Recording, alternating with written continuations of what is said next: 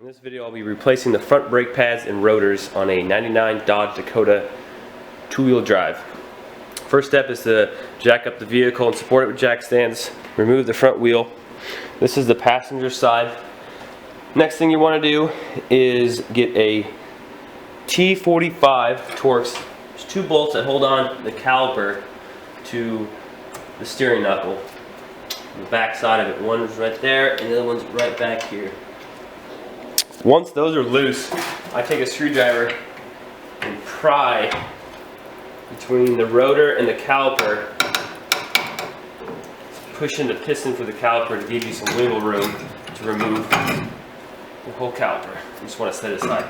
You don't want to let it hang because it can stress out these rubber hoses and cause leaks.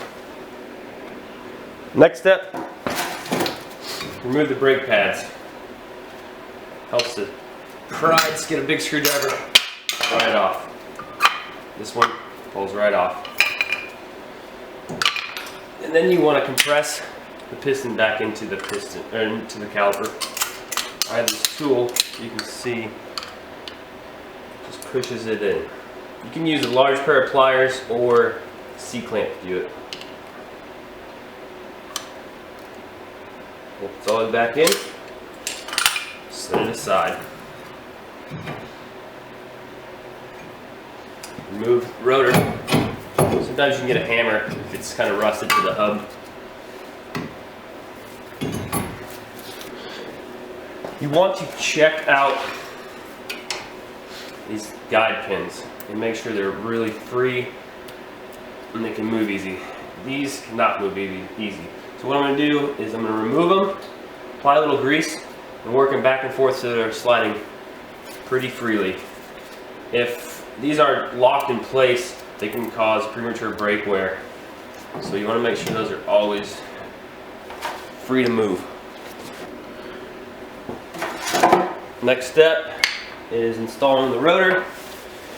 When you buy these rotors from the auto parts store, you want to buy some brake clean and hose them off because there's grease from the manufacturing process on them, and you want all that grease off because you need a clean surface for the brakes to seat to.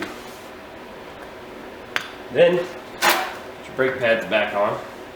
These have these little clips that snap right into the piston.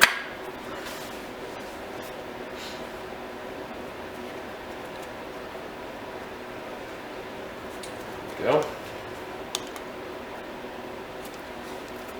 These don't go on too easy because these spring clips take a lot of force. So, kind of got to muscle it on.